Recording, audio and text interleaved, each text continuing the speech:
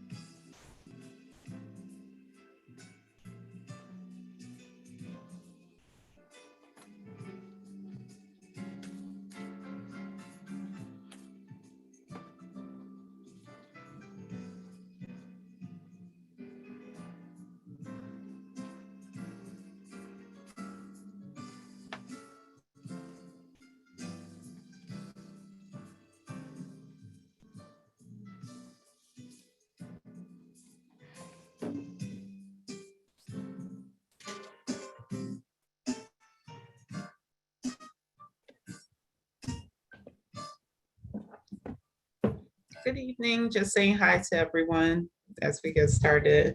Ellen, I actually recognize you from Instagram. I love your pictures because that I saw you. I said, I think that.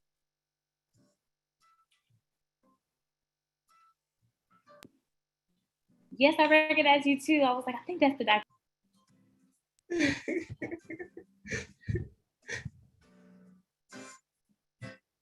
Miss Lottie keeps muting it.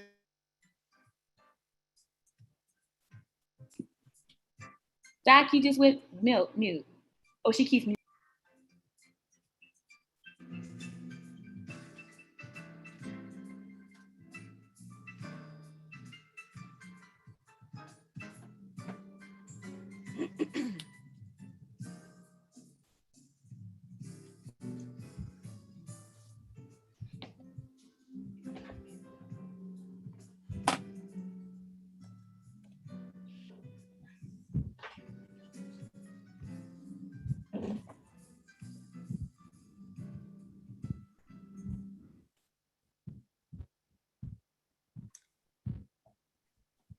Good evening, everyone.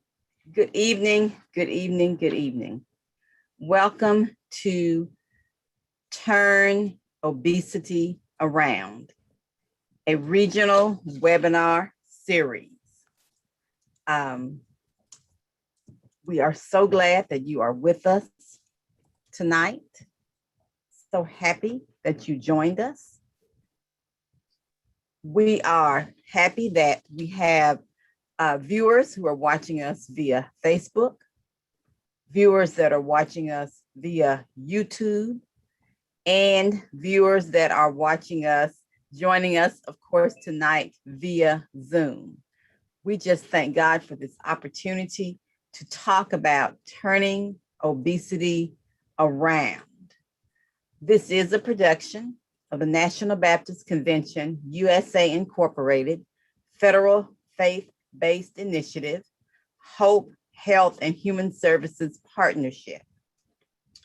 Tonight, we're going to talk about what the Turn Obesity Around initiative is about. Before we further go, I want to acknowledge our convention leadership, our president, Dr. Jerry Young, our general secretary, Dr. Alvin Edwards, our chair of Federal Faith-Based Development Initiatives, Dr. Alvin Love, and of course, our national director, the National Baptist Convention USA Incorporated, liaison to the U.S. Department of Health and Human Services, Dr. Michael O. Minor. Again, this is a production of the National Baptist Convention USA Incorporated, where we are envisioning the future exceptionally. Let's talk a little bit about turning obesity around. In America, nearly 80 million adults are obese. Sadly, nearly 50% of non-Hispanic Blacks are obese. Additionally, diabetes affects 34.2 million Americans, or 10.5% of the population have diabetes. That is 1 out of every 10 Americans.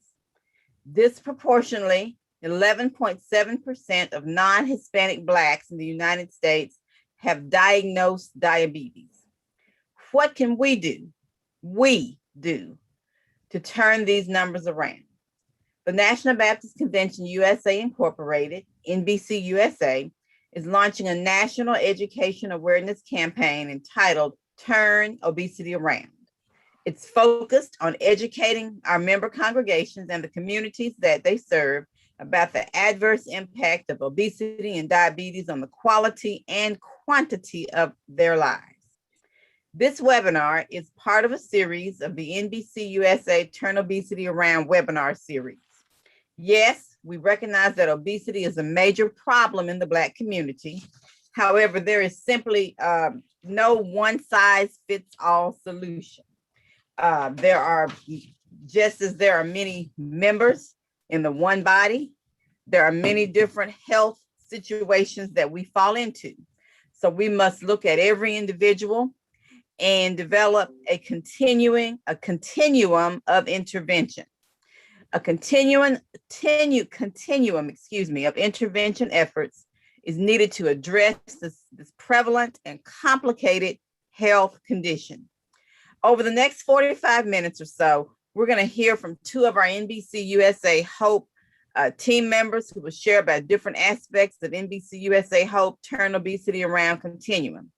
I'll begin with a really brief overview of the NBCUSA HOPE Turnaround initiatives. Briefly, I want to talk a little bit about Dr. Miner, who is our national director. He serves as the president of Mid-South Churches Baptist State Convention and the pastor of the Hill Hernando Baptist Church. He leads our Hope ministry.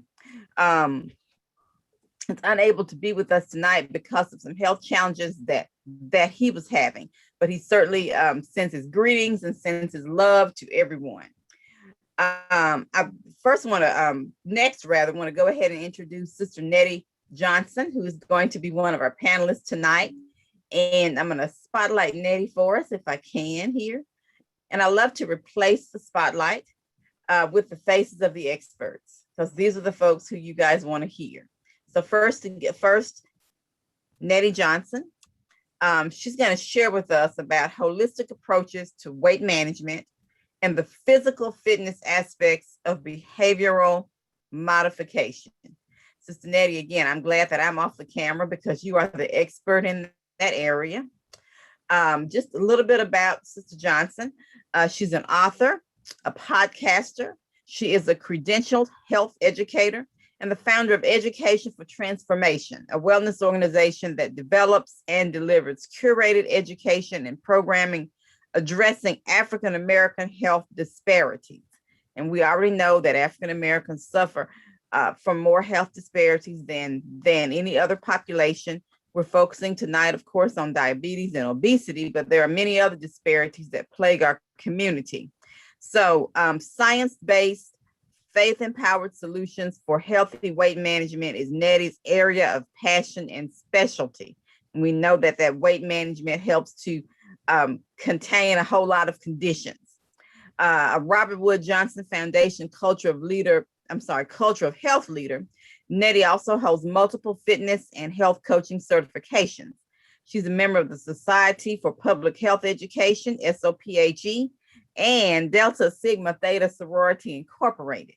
Nettie also serves as a health ambassador trainer and the National Physical Fitness Coordinator for NBC HOPE. Nettie, thank you for being with us tonight. Appreciate Glad to be here. We're going to move on to another subject matter expert, Sister Ellen McKnight. Hello, Sister Ellen. So Ellen is the principal partner of the Maxine firm. The Maxine firm is a nutrition, public health, and wellness firm.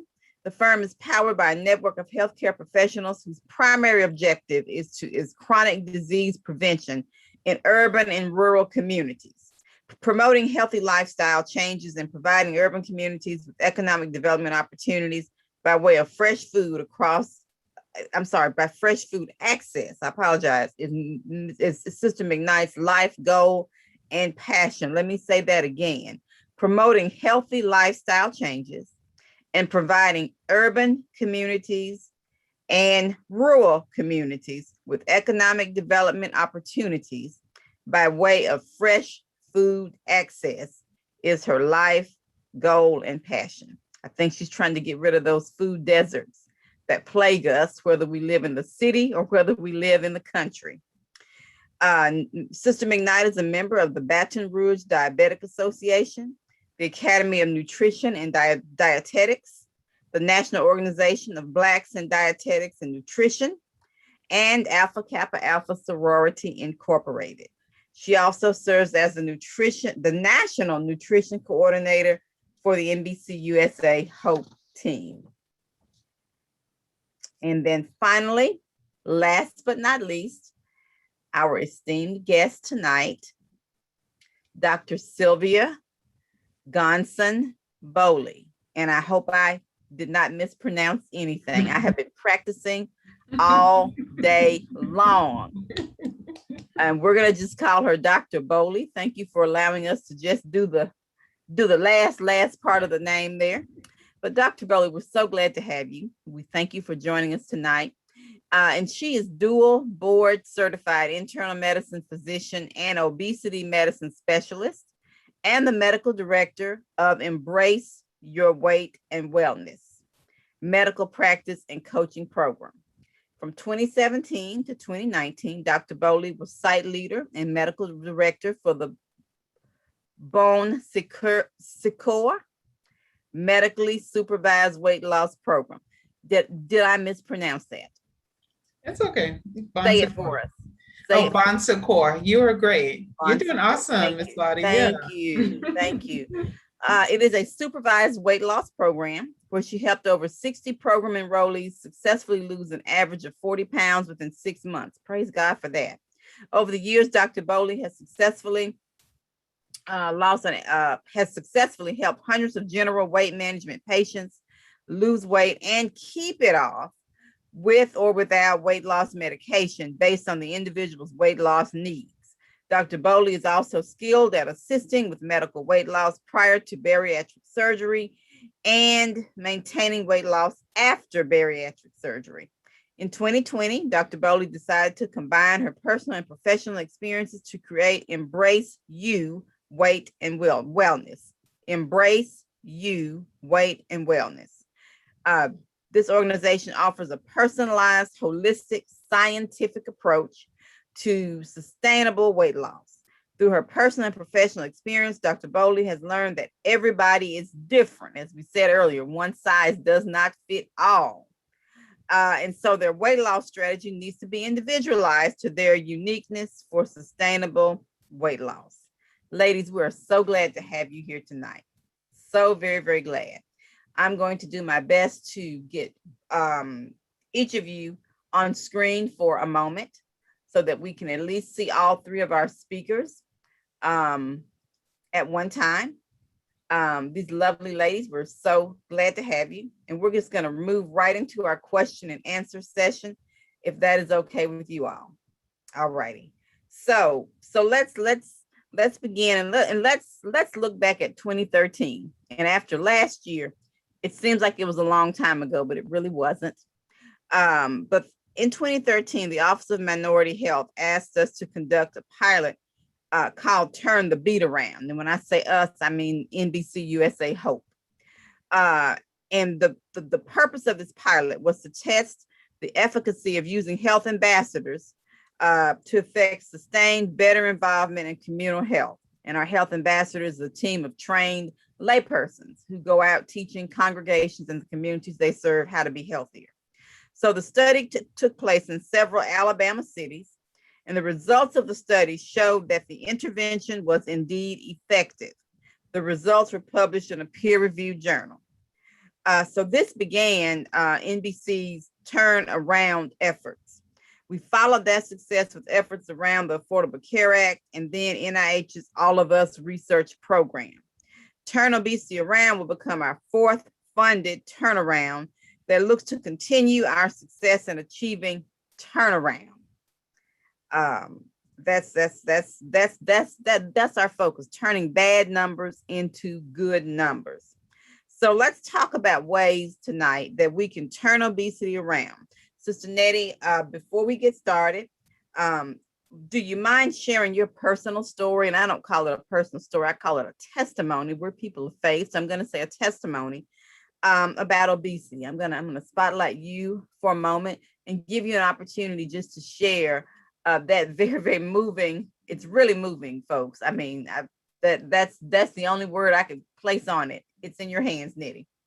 Oh, bless. Moving testimony. So, thank you so much, Sister Lottie. And I agree with you. I think testimony is a much better word for it. But basically, I have had experience with the condition of overweight for most of my life.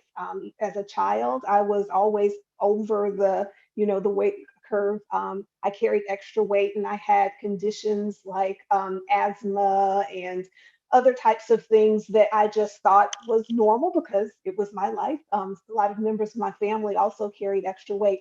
And to be honest, I did not think anything of it until I remember very clearly it was my sophomore year, the first day of finals. I was 17 years old, and I got that call in the very early morning. And you know, when you get a call in the morning, it's typically not good. And it was a call from my sister saying that my father died. And he went to sleep the night before and just did not wake up that next morning. And you're never ready to lose a person, you know, that you love. Death, you know, you're never ready for it. But it was so shocking, not only for me, but also for the rest of my family, because I remember that for the next, you know, couple of weeks, we just kept saying is we couldn't believe it, we couldn't believe it, because we didn't think that Daddy was sick. In our minds, he didn't have a sickness because he didn't have cancer. He was never in the hospital. We didn't see those things that we thought were necessarily illness. But in the next couple of years, when I got into my mid 20s, and I was later diagnosed with a heart condition in addition to the exercise induced asthma that I had. And starting to look at my family tree a little bit more, I came to realize that as I look back, I never really remember in my life seeing my father well. My father had multiple chronic diseases, multiple conditions, and because it was so prevalent, things like hypertension, diabetes, overweight, all of that, that was so prevalent in my family. I thought that it was just natural. It was normalized to me to the point that I thought that it was like this gray hair that I have, that when you get to a certain age, you're going to be on pills, you're going to have these. And so and it wasn't until I was away from that a little bit and facing a diagnosis in the age of 20 that I said, I have to do something, because I too was carrying extra weight, and I knew that I was on the path to some of those chronic diseases, and I wanted to do something to try to stop that. So yeah, I started the next maybe 10, 15 years trying a little bit of everything. You name the diet, I tried it, I did it. And you know what? It worked for a while. The pounds would come off, and then they would come back bringing friends, and I went up and down it. And that went on for literally more than a decade. It got to the point that there was a period where I destroyed my gallbladder. I had to have my gallbladder taken out. I see doctors shaking her head. In my efforts to make myself well, I was making myself sick, because I was just going after anything. Y'all, this continued on, and I would have my down periods and then have my up periods. Literally, I imagine that in that period of trying, I probably gained and lost about 300 pounds. I tried to add it up one time, back and forth, lose 50, gain 40. It was just ridiculous. I recall I eventually, in year 2000, decided that I was going to make this turn of the century decision, and I joined a very prominent weight loss program, the nation's leading weight loss program, for the fifth time. Got the weight off, and I ended up working for the company. I worked for them for about a decade, actually. Everything from doing individual work with clients to being a national trainer. And before I left, I directed their operations for the states of Texas and Oklahoma.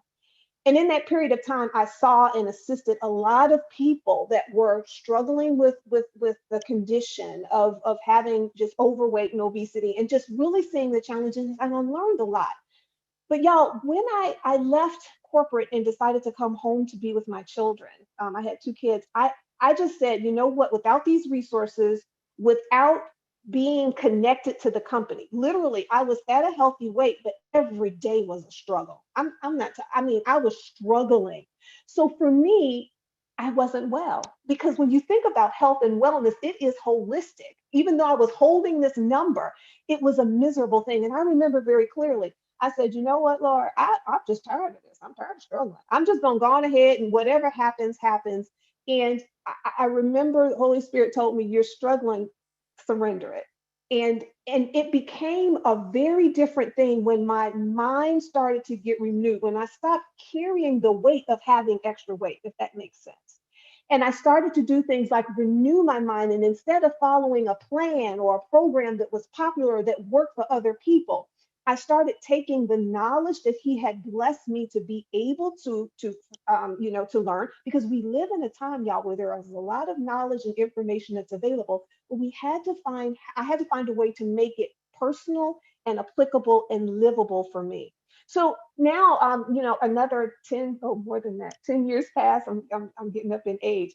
For the past 10 to 12 years, I went and got a number of certifications, went back to school, got health education degree, and got a number of different additional resources because my heart and my passion is helping other people to end that struggle, to find a place where you are comfortable and well in your skin. And it starts with a renewal of our mind. It starts with awareness. It starts with information. But then it goes into finding those elements of what is going to work for you. Because weight management is more than just calories in versus calories out. It is a very complex issue. And so there are a lot of different elements that come into play. And so now what I really love, and I'm so excited that the National Baptist Convention is doing, is I love helping people to take a look at this, because we often don't talk about it a lot, or take some of these steps that are within our reach to help us to overcome this condition and improve our health. I'm sorry, somebody was muted. Sister Nadia? Wow. Wow. That was Sorry, I hope I didn't take absolutely a lot. fabulous. Thank you. What a testimony. I heard you say how you struggled. And then I heard you say how when the Lord brought you out of the struggle, how your heart and your passion, which was already for helping people, you just became more resolved in that. I can imagine why this passion area of service is so strong for you, because you went through this, you lived it. It's not something that you just do as a job.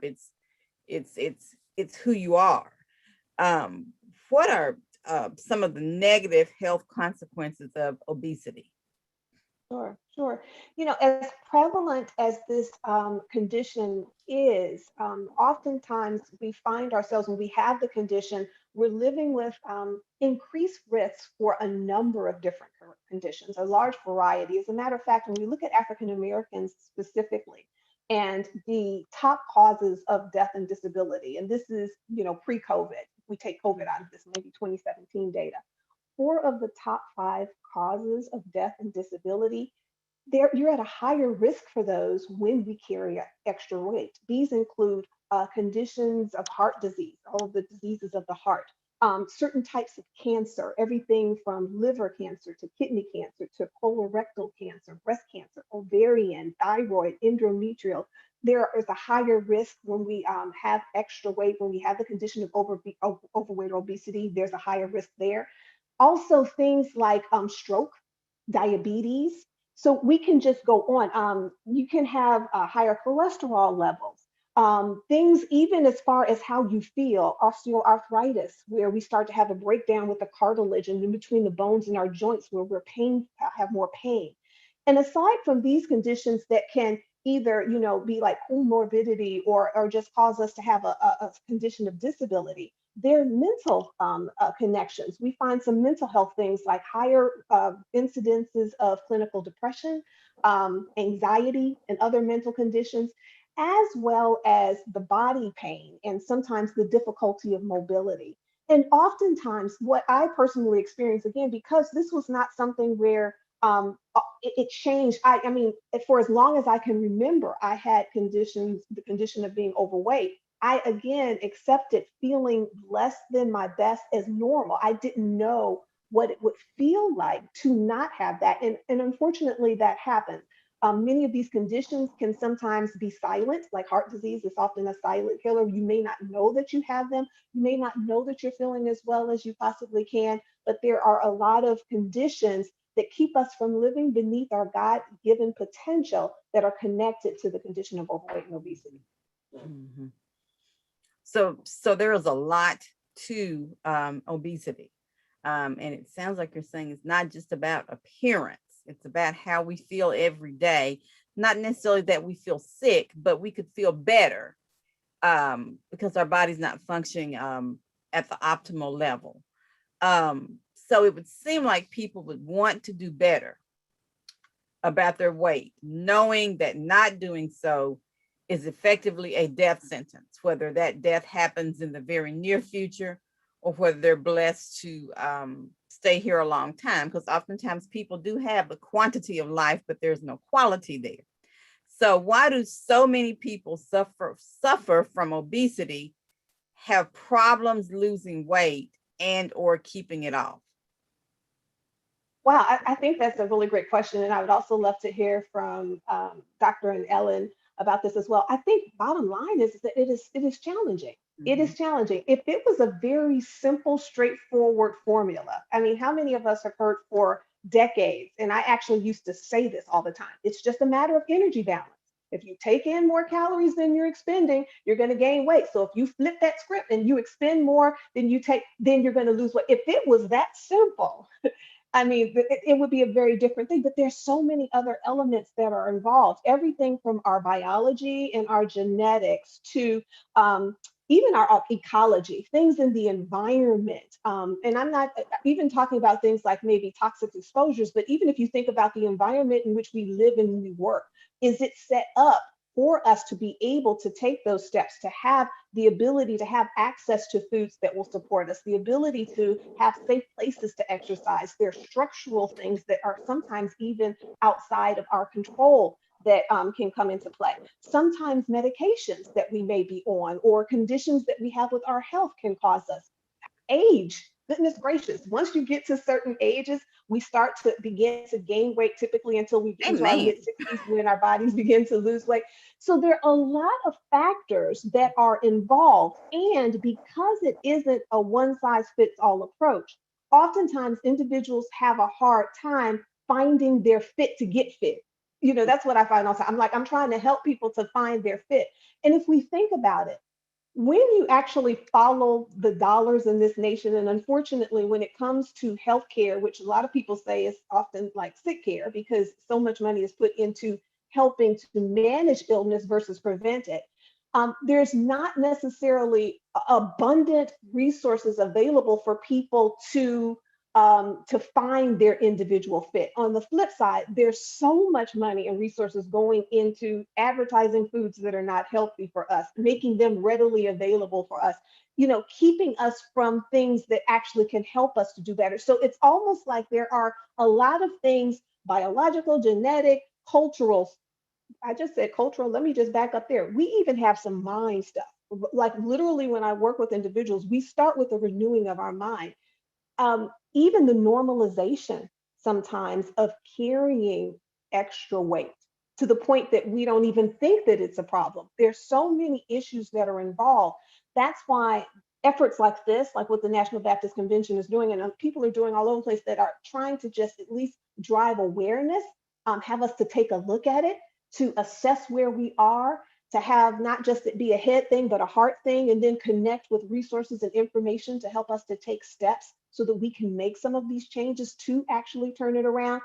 That's what we're trying to do, to kind of help people to get out of this cycle of struggle. Wonderful, wonderful. And you are right. There are many organizations that are working to counter this, to counteract all of the negative advertising that gets us interested in foods that we probably never thought about, that increase these obesity issues. And we know that National Baptist Convention USA is not the only organization that does that. I want to go back to our beginning slide that we had, because I did not fully acknowledge everyone that I should have, and that was my error. And I want to remind everyone again that our sponsor tonight is Novo Nordisk.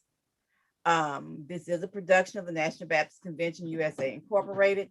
Dr. Jerry Young is our president, but we are so pleased and so happy to have as a sponsor Novo Nordisk, and talking about a variety of organizations that are trying to drive us towards turning obesity around. Novo Nordisk is definitely one of those organizations.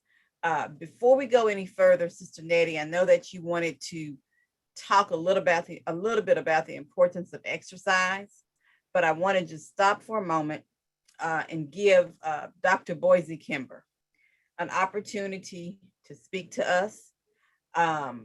He serves as our board chair for the National Baptist Convention Incorporated. And he's going to provide us with a high level overview of the NBCUSA Incorporated Novo Nordisk collaboration, using highlights from the NBCUSA Novo Nordisk Partnership Statement. Dr. Kimber, I'm going to bring you on the spotlight. So very pleased to have you with us tonight, and it is in your hands, sir. Thank you so very much, Ms. Miner, and to Novo Nordisk. We're delighted to have this partnership with you, and it has been a great partnership thus far. I want to thank Reverend Miner for all of his hard work in which he does with the H.O.P.E initiative, and to these wonderful, wonderful guests.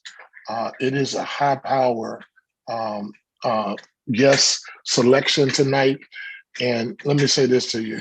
I love my Black women, especially when they are just doing what is right for our people. And to those who are joining us tonight, on behalf of our president, Dr. Jerry Young, we certainly appreciate you joining us. We were with the Northeast a month or so ago. We're with the Southeast tonight. I can't see who's on, but I know that Dr. Donald Green, who is the regional vice president of the Southeast, who is from South Carolina. I think that Brenda Eason, who's president of our ushers and nurses. We have Reverend Corbett, who is the president of the General Baptist State Convention in Georgia. We have I.E. Mack, who is also the president of the Fellowship Convention in Georgia. If I'm missing someone, I just want to thank everybody for being here. Obesity, the conversation is just a great conversation. And since we have been doing these seminars, I've certainly been watching what I eat. Now, my wife is sitting over here looking at me very strange about, I've been watching what I've been certainly trying to watch it. But thank God for you again on have our president and Norbert Nordisk. We want to thank you, Kim Williams. Thank you so very much for working with us. And we will continue to do what we can do to inform our people on the obesity and the proper way that we should be eating and exercising and living. Thank you so very much, Ms. Miner. Thank you so much, Dr. Kimber. We do appreciate your leadership. We thank you for leading the way in this collaboration with Novo Nordisk. And again, I apologize. I was a little bit out of sorts when I came onto the call. We've been facing some health challenges in the Miner home. So thank you for bringing us up. Thank you, and we're praying for you. And we're praying for you all. Thank you very much. Sir. Thank you, sir. We appreciate you. Again, I wanted to share again our title screen. This little sign right here should hopefully keep us all keep in the forefront of our minds in terms of turning obesity around. Again, in this collaboration of the National Baptist Convention and Novo Nordisk, who is our sponsor. All right, we're going to go back and talk a little bit about exercise with Sister Nettie. The part we save exercise for last as far as your segment. We save the best for last, Sister Nettie. We don't always think it's the best, but share with us a little bit about the importance of exercise. Share a few holistic steps to help us do better with our exercise. Go ahead. Okay, all righty. Well, here's the thing. I actually very much enjoy exercise. So let me just say that it was not my normal life path, because I had exercise-induced asthma, and I literally thought that I was allergic to exercise. Like I failed gym in high school. Like that's how this is. I refuse. So that was my history, and I flipped and I turned the corner with exercise. So I get very excited about it, but I'm gonna just take a moment because I want us to get to nutrition and to hear Dr. Share with us about some other interventions as well. Let me just start this by saying, exercise is helpful, but it certainly is not enough to turn the corner. I think that many people can relate to maybe working out a whole lot and then not seeing the scale move. I can recall times when I would work out for like 2 hours a day and then leave the gym and roll up into a fast food place and get a number 9 and with a supersized, and wonder why the scale wasn't moving. It is very hard to outrun, to out cycle, to out Zumba, whatever. It's hard to out work out a bad diet, right? There are other things that are important. However, let me just say where exercise is very important, and it is an important part of this puzzle, so let's not discount it. I'm a member of the National Weight Control Registry, which is the largest longitudinal study of individuals that have lost weight and kept it off. This is more than 10,000 individuals that have lost anywhere from 30 to 300 pounds and have maintained it anywhere from, I think it's 3 years up to somebody who has kept their weight off for 66 years. So Dr. Hill, who is behind this study, is trying to look at what works. Whereas people take a number of different ways to lose weight, what they're finding in getting to a healthy weight and maintaining it, listen to this as it relates to exercise. They found that 98% of the individuals that got back to a healthy weight and stayed there, 98% changed the way they eat. So that goes to what you're saying, Dr. Kimber, and Ellen's going to talk more about nutrition, which is a big picture. But they also found that 94% of these individuals exercise regularly. As a matter of fact, 90% of the individuals that were able to get to a healthy weight and keep it off exercise at least an hour a day, almost every day during the week. So exercise does impact a lot of aspects. It, of course, impacts our caloric expenditure. It impacts our metabolism. It helps the body to do everything from release stress, which stress can cause us to, again, eat. It can help us with releasing toxins. There are a lot of metabolic as well as mental benefits. But it is very important that we can start to move towards exercising our body more because our body needs it for overall health. That's why the National Baptist Convention also does have that other initiative that we're doing called Let's Move National Baptist, where we're encouraging people to find something that works wherever you are in your level of ability and to start just getting used to moving our bodies more. God made our bodies to move, and it can be helpful. Although you can't exercise as like the silver bullet to get a lot of extra weight off, it is important in the process of weight loss. It's definitely important in the process of weight maintenance, and it's also good for our overall health. Excellent. Thank you. That brought it all into perspective in terms of exercise, because sometimes we do stress about the physical activity. So we want to bring up, well, thank you, Sister Nettie, first of all, fabulous testimony.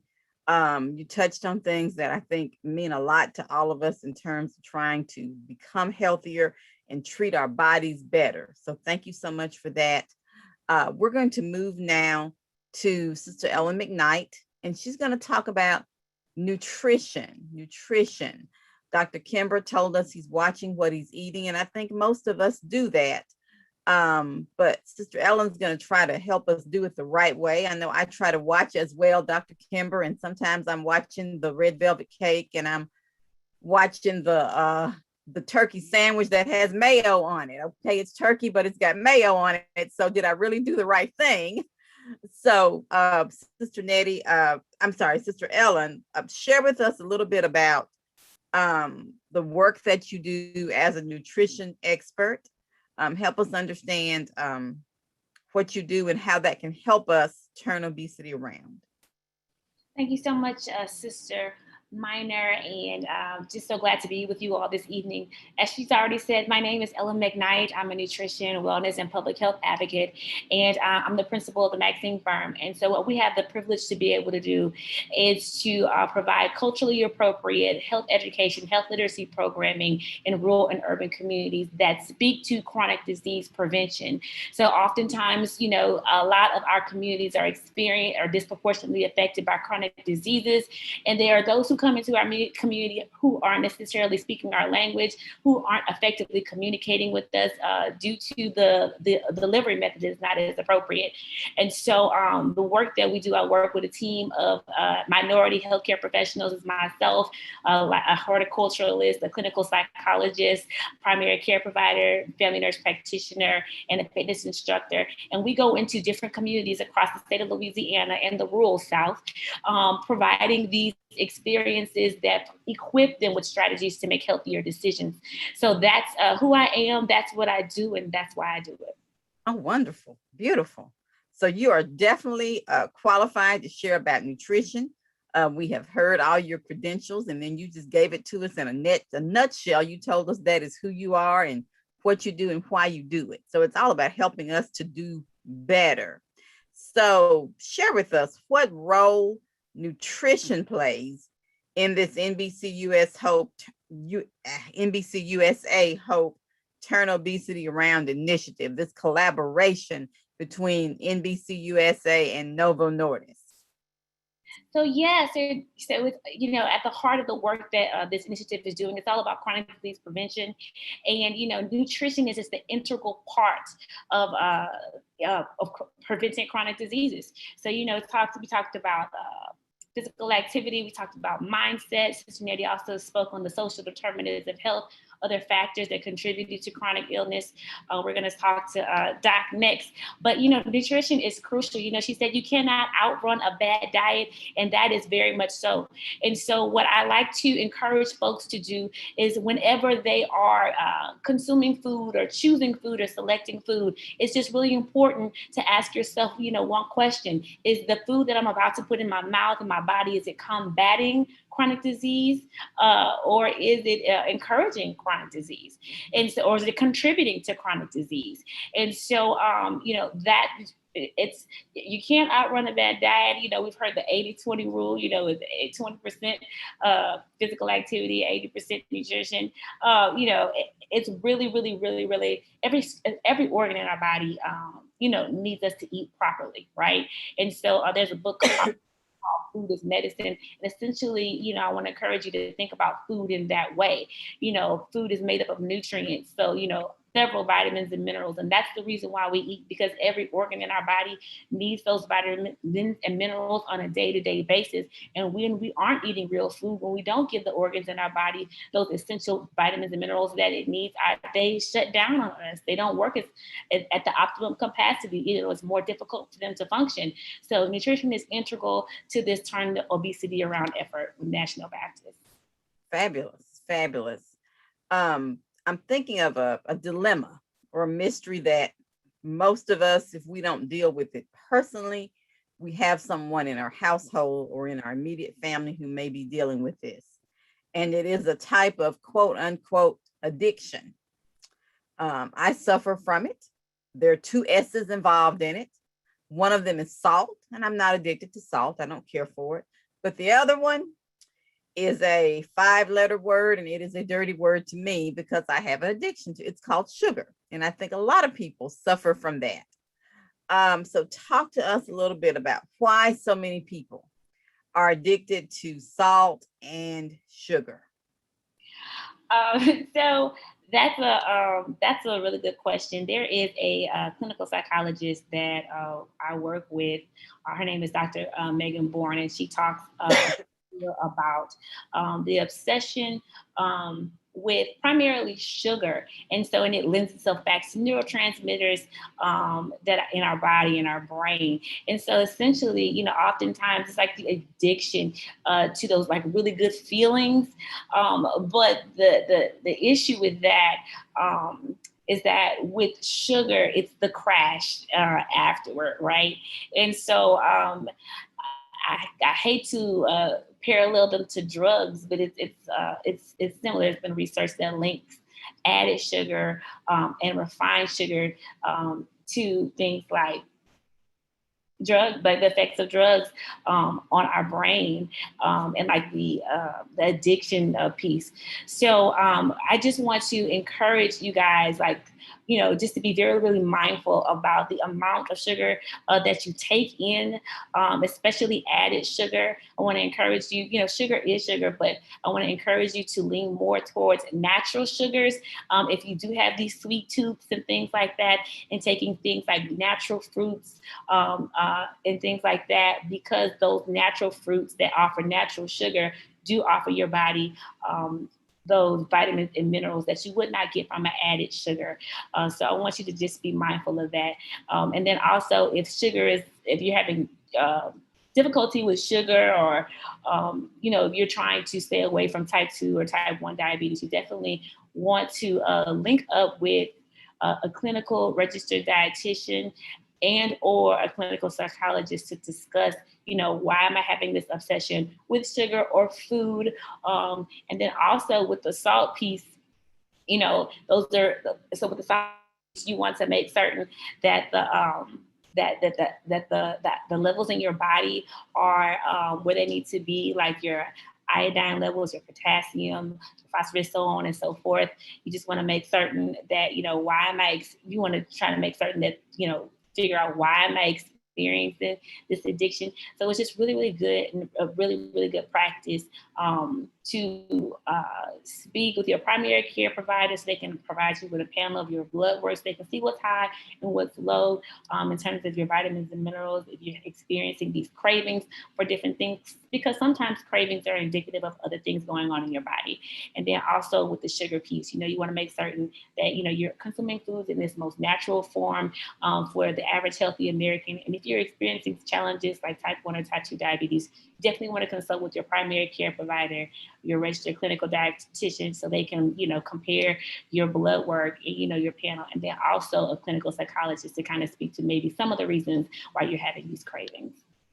Wow. So we have to get to the root of the addiction, just like we would if it were an addiction to some type of other chemical substance.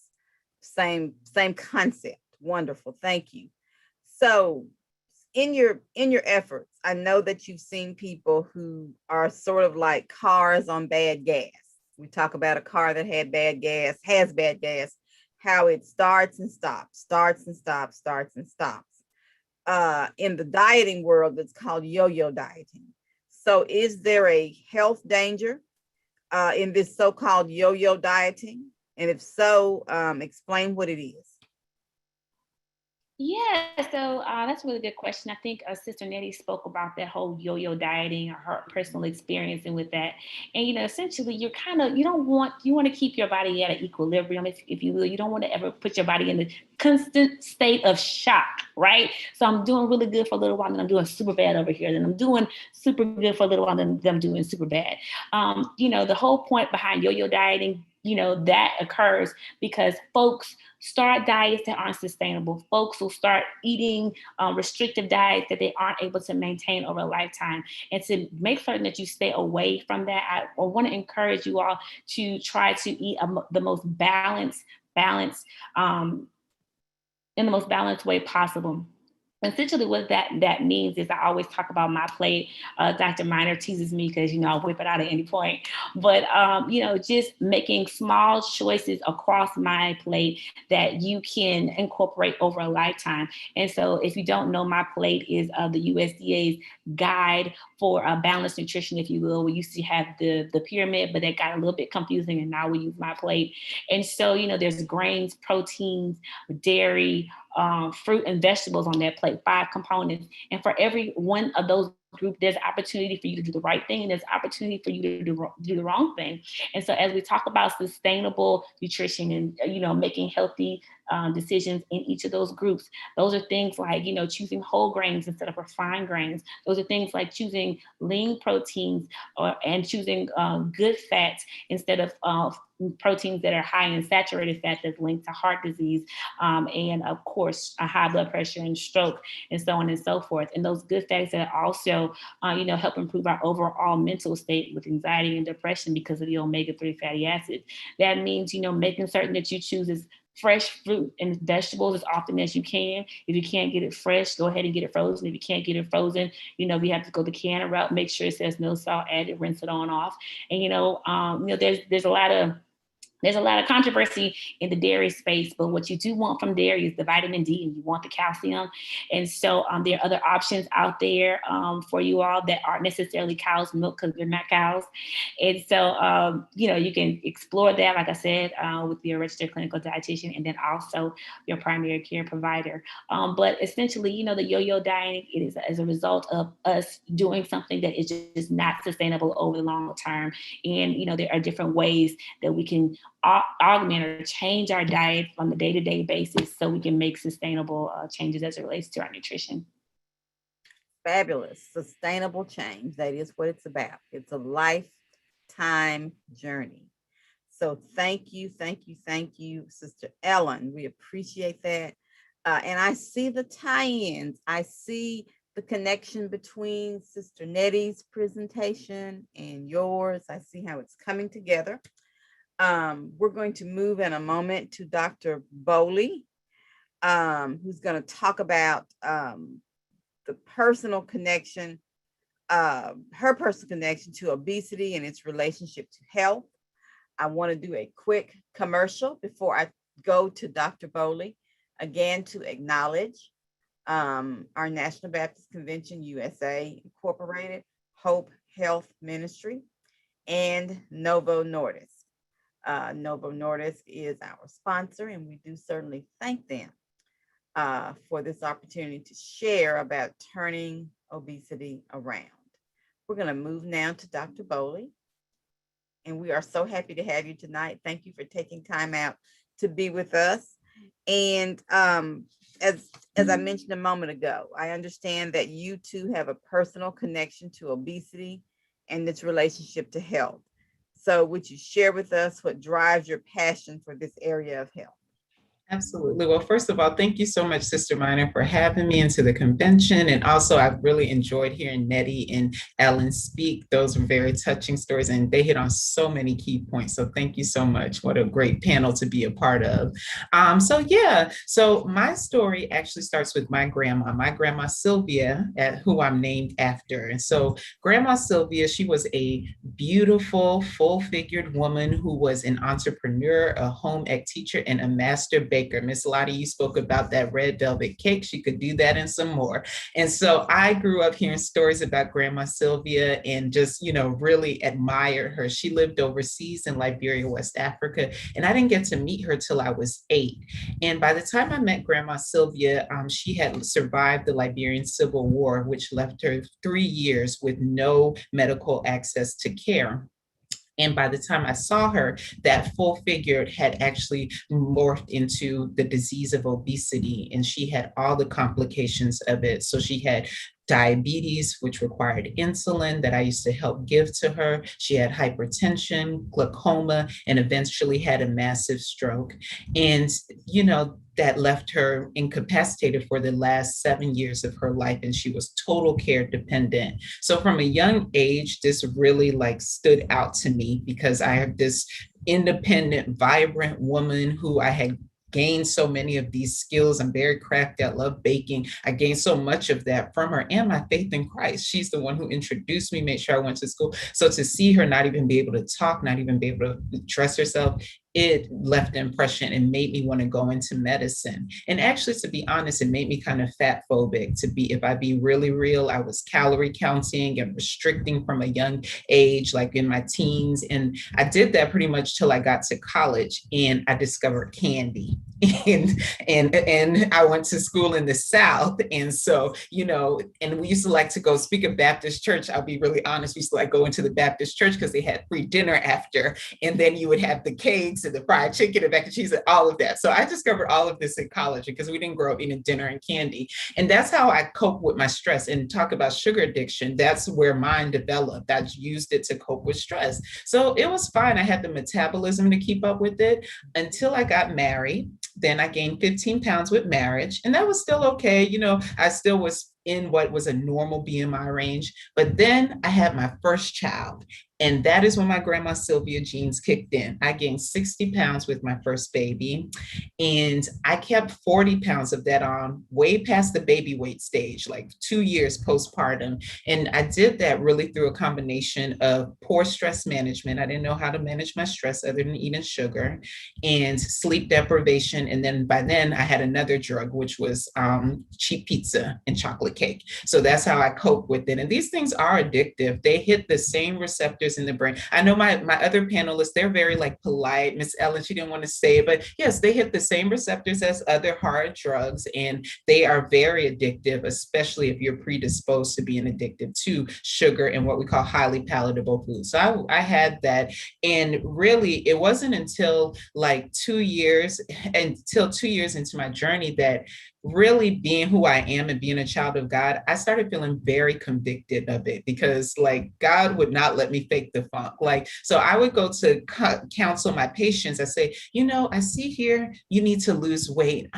What are you eating? And then a little voice in my ear, it's the Holy Spirit, right? So he'd be like, what are you eating? And I'd be like, I think of that chocolate cake and that fried chicken, and my mouth would get quiet. So then I say, are you exercising? Then the Holy Spirit say, are you exercising? And then I get quiet, and the literature, the scientific literature actually supports this because doctors who have obesity or overweight are less likely to diagnose and treat obesity. So I was starting to live that. And so I knew that if I was going to be the best doctor I could be and actually feel comfortable as a woman, feel confident, be able to play with my kids, be energetic, that I needed to lose the weight. But I tried to do it the wrong way. I know that now because I thought I knew what to do, which Nettie talked about the calories in versus calories out. I tried that. So the first week I was like, I'm going to exercise 2 hours every day after I work a 14-hour shift and I come home with a 2-year-old. I know I'm going to get this 2 hours of exercise in. I'm going to stop eating sugar today, even though I haven't controlled my stress.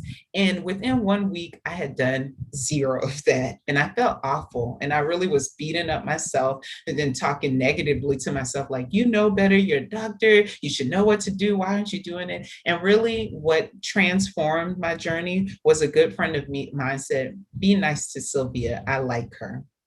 And so that simple act of self-compassion, act of love really taught me God shifted my perspective to learn to love my neighbor as myself, right? So I had to love myself and then I could do the things that I needed to do. And I slowly but surely started making small changes over time.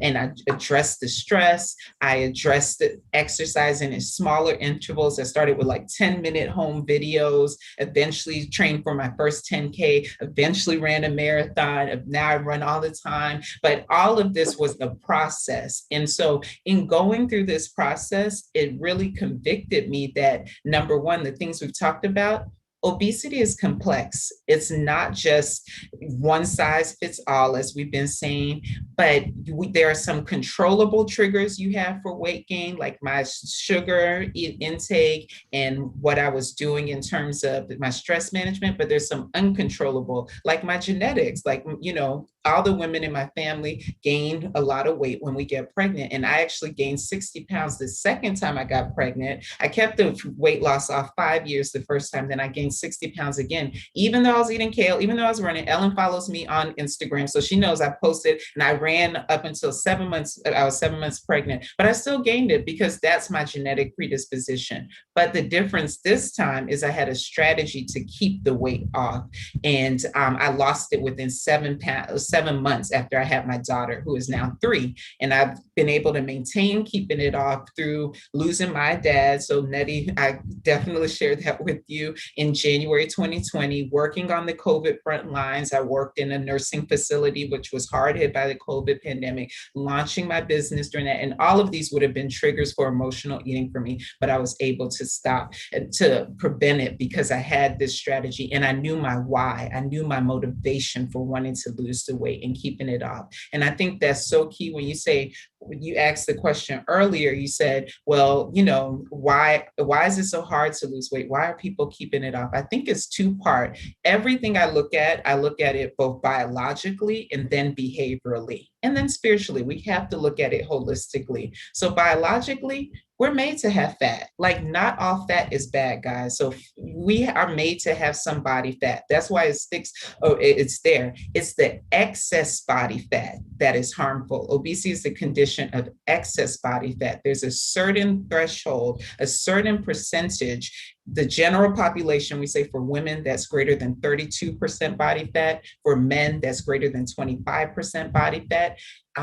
But there's a threshold that which you have excess body fat, and that puts you at risk for disease. So it's important to know that our body was made to keep fat, and our bodies was made to prevent famine, right? That's why fat is a storage mechanism. It holds on to it. So it was made to prevent famine, but we don't live in famine anymore. anymore. We live in Krispy Kreme down the street. We live in food advertisement. We live in all of that. And so this promotes the body's like, oh, great, we need to store more of this energy. Let's keep storing it as fat. So the more you put in the system. So that's one reason why it's so hard. And the second reason I think is really from the internal stuff that we have to do. We need to know our why. Why is this important to you? It can't be because, you know, I want to look good for that trip next week. That's important, but what's your legacy going to be? What's your health wealth? We talk a lot about financial wealth, but are you invested in your health wealth also?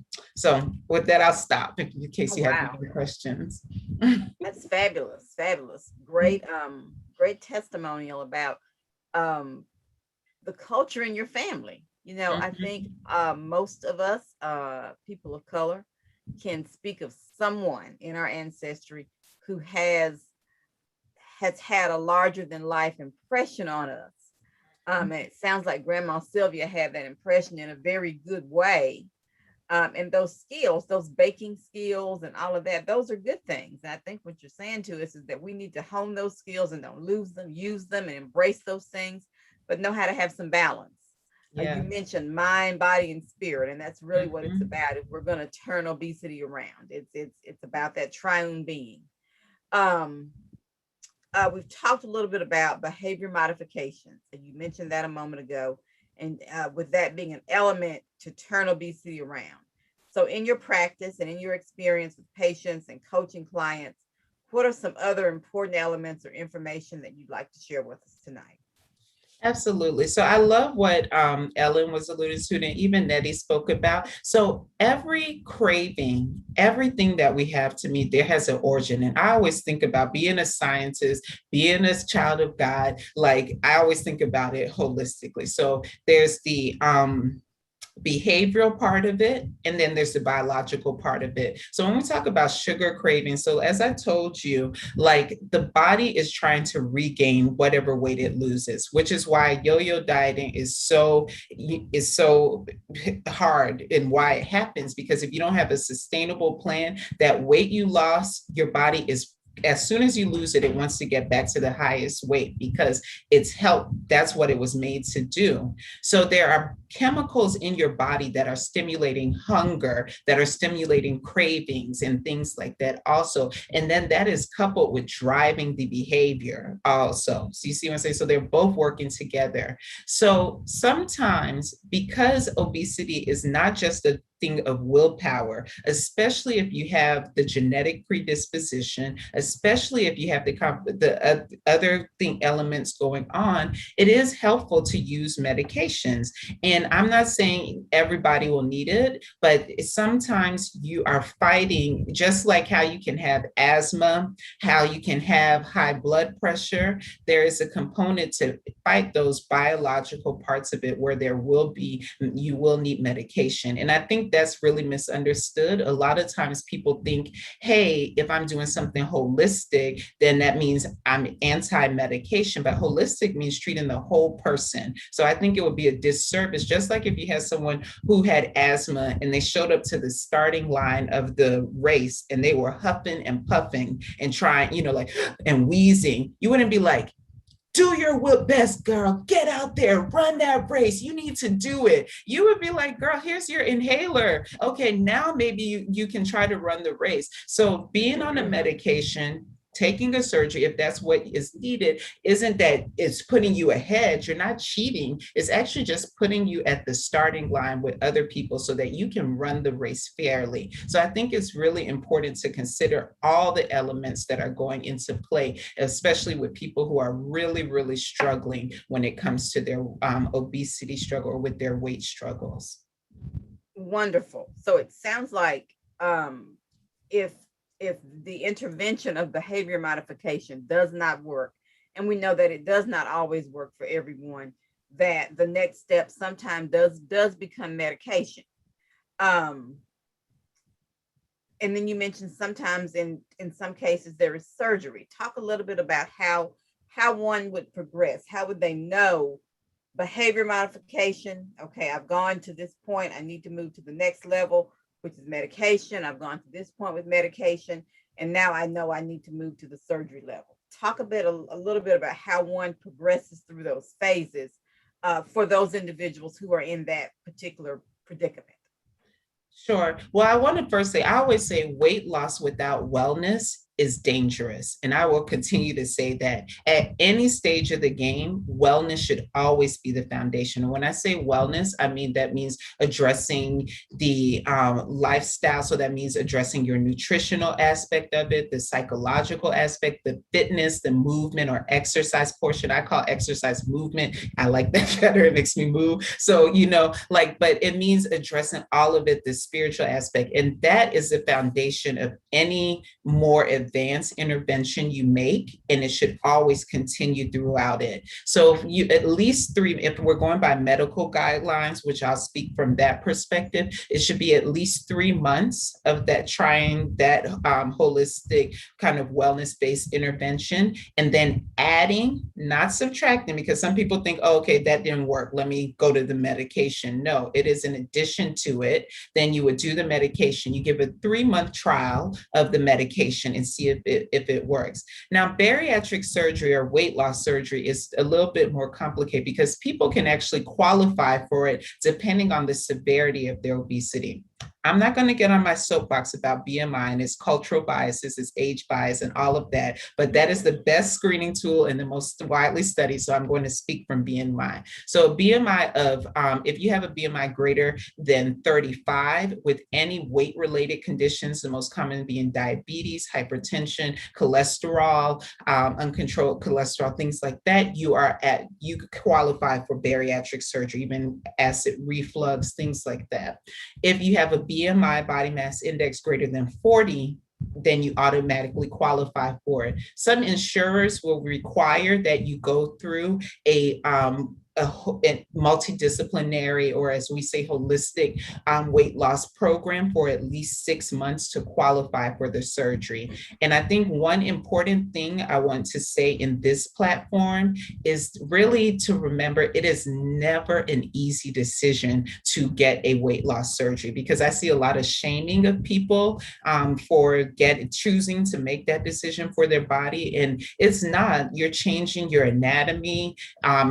You have lifelong follow-up, lifelong complications that can occur. So I just want to honor those people who make that decision. But the most important thing is making sure that you still are using these people here on the panel, either myself, that's a bariatrician, Miss Ellen, who's a nutrition expert, Miss Nettie, who's a weight loss coach, or a holistic wellness coach, because you need support after the surgery. It's not just a one and done thing. It's a lifetime change. So that's the basis of it, if that answers your question.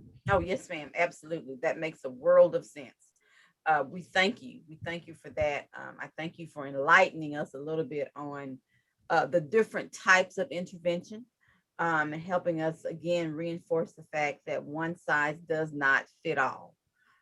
Just like in our health ministries in our churches, the health ministry in Sister Nettie's church might not look like the health ministry in Dr. Kimber's church, but the ultimate goal is for the congregants to be more whole, mind, body, and spirit.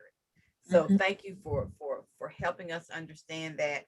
It sounds like we as a people need to change the conversation about obesity. So we want to talk a little bit now. I'm going to move to either Sister Ellen or Sister Nettie, whichever lady would like to respond. We want to talk about how this initiative of Novo Nordisk and NBCUSA H.O.P.E is going to help change that conversation for the people that we serve in our churches and our communities. And I don't know if you ladies want to tag team on this question, or if one of you would just like to respond. Go ahead, Sister Nettie. Okay, thank you, Sister Ellen. Wow. So how do we go about this? I think that these conversations that we're having are so needed, and they're a very important step. You know, whenever you're trying to change things, a lot of times we can find that change happens through exposure and repetition. And honestly, when we look in the body of Christ, weight issues are challenging across the board, but oftentimes in the body of Christ, it is something that I actually call it health, eating unhealthy. Like some of the steps that we do, it's kind of like a protected vice. We can see it almost as like a stronghold. Sister Ellen, I'm gonna need you to unmute because I love what you talk about repast. Come on in and talk to us about what we do at our. Come on. And so, like Sister Nettie was saying, initiatives like Turn Obesity Around are important for our church, and they help shift the culture around wellness because they bring it up in conversation.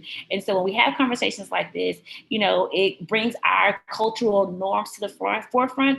And when we bring them to the forefront, it kind of exposes them a little bit to let us know, hey, our norms may or may not be healthy. So, folks are dying in our churches left and right. They're suffering from obesity. They're suffering with, overweight. It is folks are having, heart disease, heart attacks, kidney failure, high blood pressure. It's kind of a conversational piece. It's the expectation in our congregations for folks to, experience these things. So when somebody does have a heart attack, no one's surprised or no one's like, shocked, like, oh, it's just kind of, it's become our norm. And so, I just noticed being, a Baptist girl myself, having to go to a lot of funerals and, singing at a lot of funerals and things like that. And when we go to the funeral right at, because somebody had a heart attack, when we go to the repast, we're eating everything that caused the heart attack.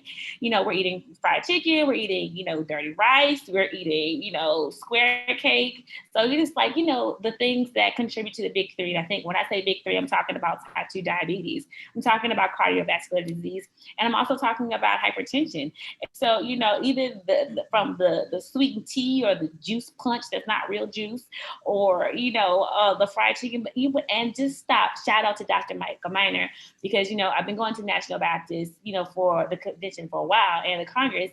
And, when I got to college and I studied human nutrition, dietetic, and agricultural science, I saw this preacher on Twitter saying that he banned fried chicken from his church. And I was just so amazed that he did this. Because it said so much. And, not only did he care about, the spiritual man, but he cared about the physical man too. And so that's why I believe that conversations like this is important. That's how we break yokes. That's how we change cultural norms in our family. And, Sister Nettie talked about this earlier too, cultural norms. And so sometimes in our culture, when you start losing weight or start moving towards a healthier BI, like Doc was talking about, our church folks are going to ask you, are you sick?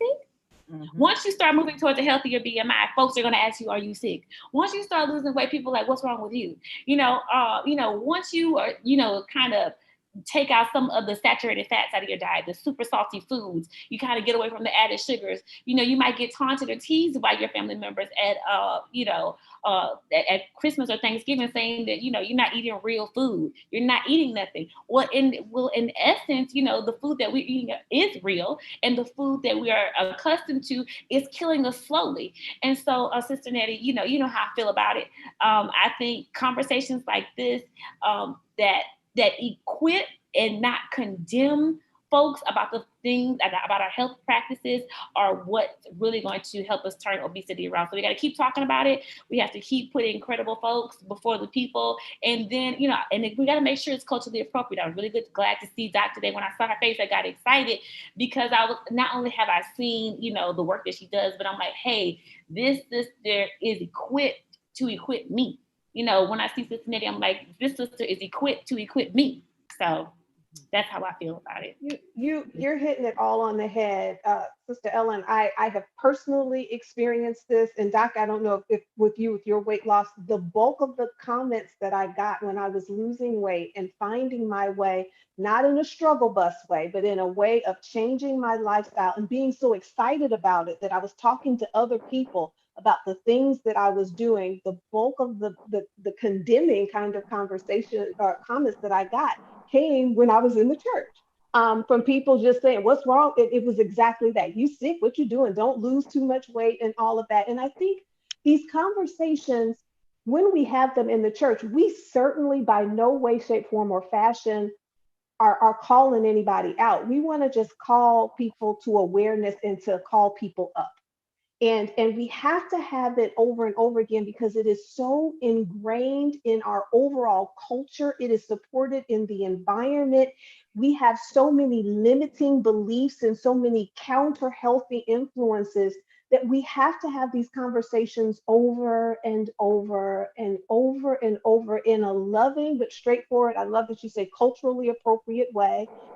Just the other day, I was on a call with a pastor who actually had me to do a session with him and his family. They all got on Zoom and we were talking about the tea. And I literally took a tablespoon and looked at how many grams of sugar was in the tea that he was drinking and took a tablespoon and put that, showing what was in the Coke. And it was, since then, he's been telling his congregation, he was like, don't call her because she's a disruptor. But what he was basically saying is that sometimes we just have to actually see it and think, as a man thinketh, so is he. We need some renewing of our mind. We need some renewing of perspectives on how we do this, on what we call good. And it even goes back, if we look at some of the foods that we have, God blessed our ancestors to survive on some of these scraps and some of these preparations that was all that was available to them back when we were in a period of enslavement, but now we're off the plantation and we're still eating in some of these ways and calling it hallowed in tradition, and it is killing us, and it is killing us. So we're just looking at things. We're putting it out there to say, does this line up with treating my temple like a temple? And then instead of just always asking God to just rotely bless the food I'm about to receive to nourish my body, can we ask God to bless our food choices so that we're actually consuming things that will really edify our bodies and take care of them in the way that we're called to do? And it has the same thing to do with exercise and so on and so forth. So these conversations are just so important because we've got a lot to shift, right? But with God, all things are possible. And so we're thankful for this opportunity. Amen. Amen. Beautiful. I want to spotlight our speakers again, because this has been such a rich conversation.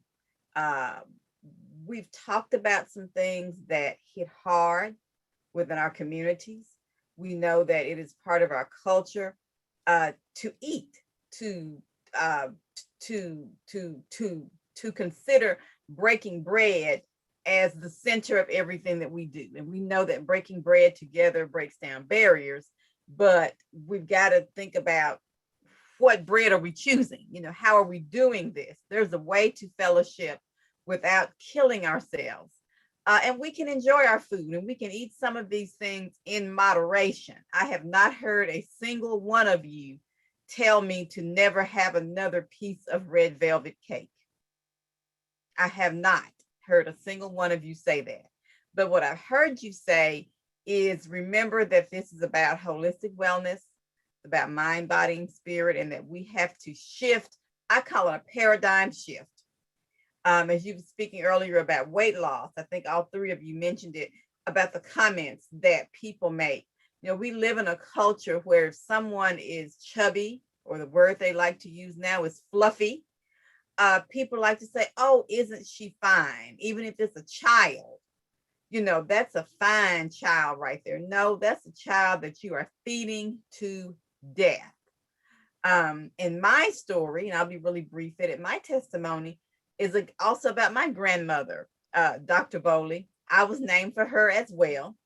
And I never knew her. She was a very heavy woman, I'm told. But her weight came from childbirth, as you mentioned, where you had a couple of children and gained some weight with each. She had 8 and gained weight. Of course, I mean, look how many years ago that was. People had larger families on the farm back then. So there was a reason for her weight gain. People didn't know the things then that they know now. But the story in our family that is passed down is that when she passed away at the age of 58 of a very sudden heart attack, when my mom and all of her siblings were very young, a friend of theirs who actually worked for the funeral home, who came and picked up this very big woman's body from our family home, said to them, children, I know y'all are hurt, y'all are upset. Of course, he didn't say it that day. He waited until things had settled down. But he said, you fed your mother to death because the way you loved on her was by bringing her a burger if you went somewhere or bringing her some cake. So that's, again, part of our culture. And that was certainly not intentional. She probably was predisposed to heart disease anyway. And of course, there were access issues back then, lack of access to medical care. But the point is, in almost every Black family, almost every Black household, we can talk about a situation of a loved one who has eaten themselves to death unintentionally, but it happens too often. And we promote it, like you said, by either shaming people for weight loss or by building them up when they get a little bit thick, when they get a little chubby, when they become full-figured, and full-figured grows into something else. So it's important to have these hard conversations. If we love our brothers and sisters in Christ, we've got to do this. And I think we have the right partnership to do it with NBCUSA and Novo Nordisk working together to make this happen. Again, we do want to acknowledge Novo Nordisk as our sponsor. Guys, we have covered a whole lot of information tonight, and it has been rich. The best part is coming up next, though. We want to hear from our audience. We want to give them an opportunity to speak and to ask the experts some questions. I'm going to take the spotlight off of myself. I'm going to leave Dr. Kimber and Sister Johnson, Sister McKnight, and Dr. Bowley on spotlight so they can address questions. What our attendees can do is either type their question in the chat or raise their virtual hand. And I think we have one hand that has been up for a moment. So we'll give everyone an opportunity to voice their questions to these experts. For those individuals who are watching on social media, we do have someone who is monitoring Facebook, and we're going to try our best to capture some of your questions as well. But we will certainly start with the folks who are watching via Zoom. Once again, we want to acknowledge our sponsor, our major sponsor, Novo Nordisk, for sponsoring our NBCUSA H.O.P.E, Turn Obesity Around initiative. I'm going to try to do that screen one more time before we go to the question and answer section. If I can make that screen show up, I will do that. And I love technology, you all. This is something that we have been blessed to get deeper into with the pandemic. Everything happens for a reason. And there we are. So everybody remember NBCUSA H.O.P.E and the collaboration with Novo Nordisk. Again, we do thank Novo Nordisk for being our major sponsor and for helping us to help our constituents to live healthier lives. At the end of the day, that's what it's about. All right, we're going to go back to our speakers and I'll put them on the screen again. And I want to go through the questions that our audience may have to really dig deep into some of the concerns that people have about obesity and how we can turn it around. And we don't want to turn it around and make a 360-degree turn because we're right back where we started. We want to turn like this picture of a driving sign. We want to just go in the right direction. So we'll go over to our chat box. And again, anyone that has questions may raise your hand. I believe Sister Ophelia had her hand up for a moment. So I'm going to go through and try to allow everyone an opportunity to speak. Sister Ophelia, if you have a question, please unmute yourself and go ahead with your question.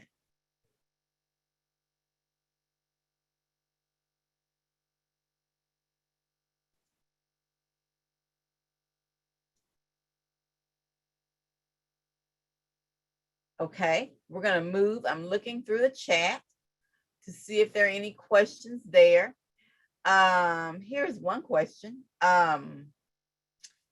Is the food that we eat, we need to ask ourselves, is the food that we eat combating or contributing to chronic disease?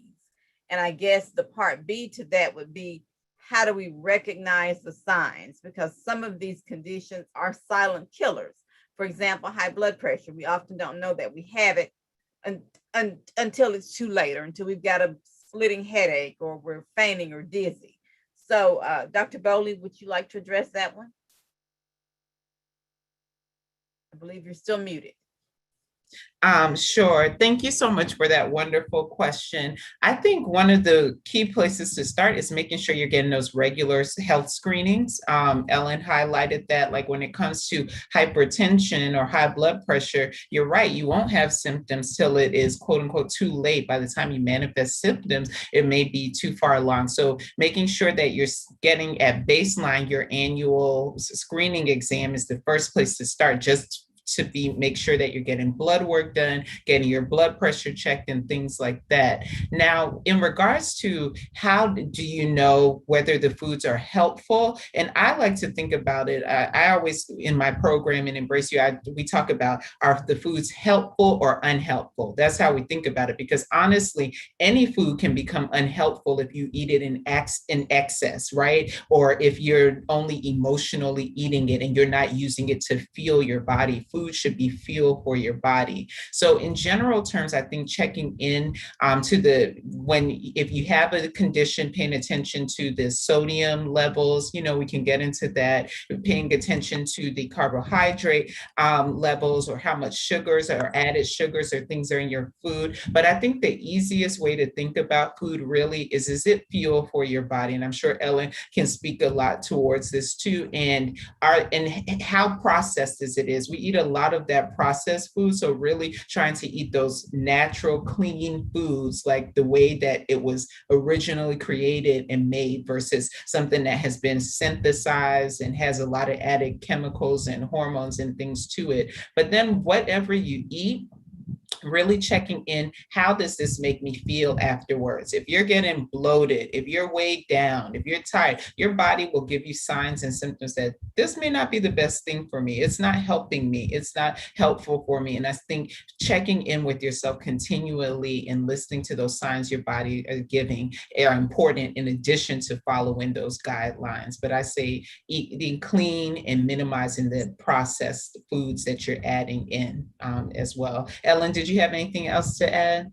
I'm sure, we can speak whole lectures right about this. We had a lot of key points there. Definitely, you said, you alluded to, eating is clean. You mentioned eating clean. And so just another way to think about that is eating food as naturally as possible. Dr. Bowley also said that, but eating food as close as the way God made them, right? Ask yourself some questions like, does this food grow out of the ground? Can you pick it off a tree? Does it grow out of can you pick it up of a vine? Or was it made in a plant? Ask yourself those questions. And at the core, that's essentially asking, is this food real? You know what I'm saying? Is this food offering my body vitamins and minerals? I want to also encourage you to eat foods that are colorful.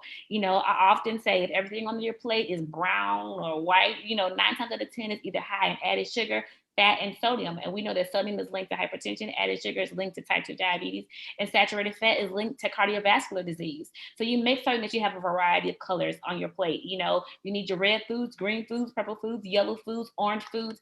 The different colors offer your bodies different things. We know our red foods, they're high in lycopene, and that helps fight against prostate cancer. And our Black men are experiencing prostate cancer and dying from prostate cancers more than any other group. We know that the blue foods and the purple foods are high in antioxidants. We live in Louisiana, and no matter where you're watching from, but cancer is all around us, and we haven't pinpointed all the different causes.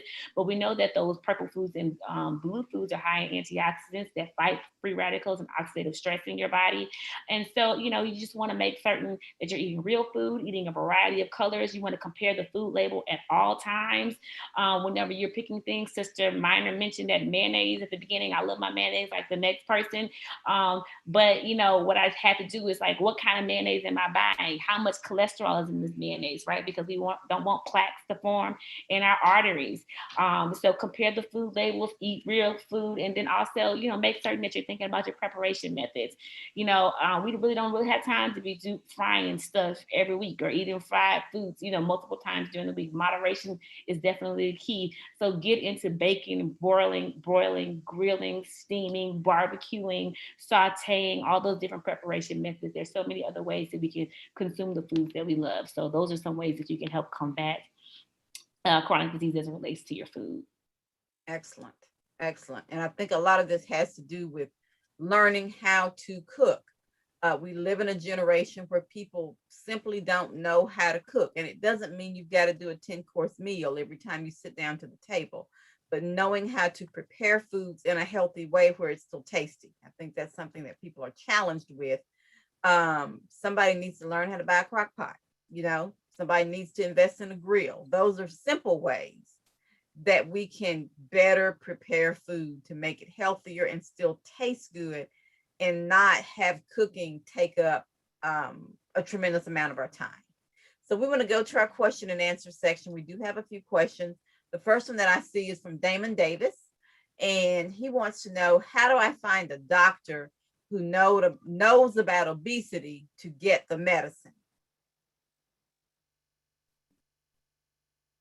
I think that's a question for Dr. Bowley. Yes, sure. I can happily answer that. So a great reference to look at. So first of all, your doctor should be assessing you to make sure you're qualified for medication. I think one thing to be careful of, there's a lot of people out there who just throw medicine at you and they don't do the holistic part of it and making sure that you have a foundation so that that medicine actually not just gives you a short-term benefit, but you get the maximum benefit of the medication. So again, I will say weight loss without wellness is dangerous, right? So the pills, the medication or whatever kind of pharmaceutical you're using is to help facilitate that, what is those underlying biological processes. So I would recommend, rather than just finding someone who will prescribe medicines, because you can find them, right?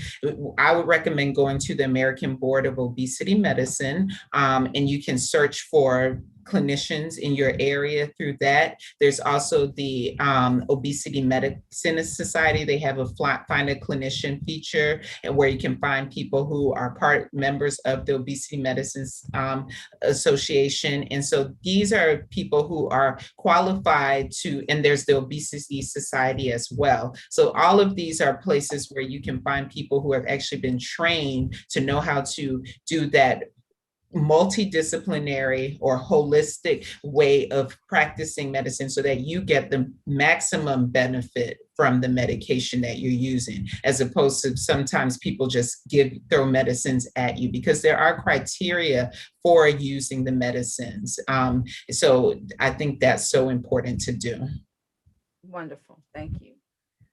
So there's a process to finding the right medication from a provider.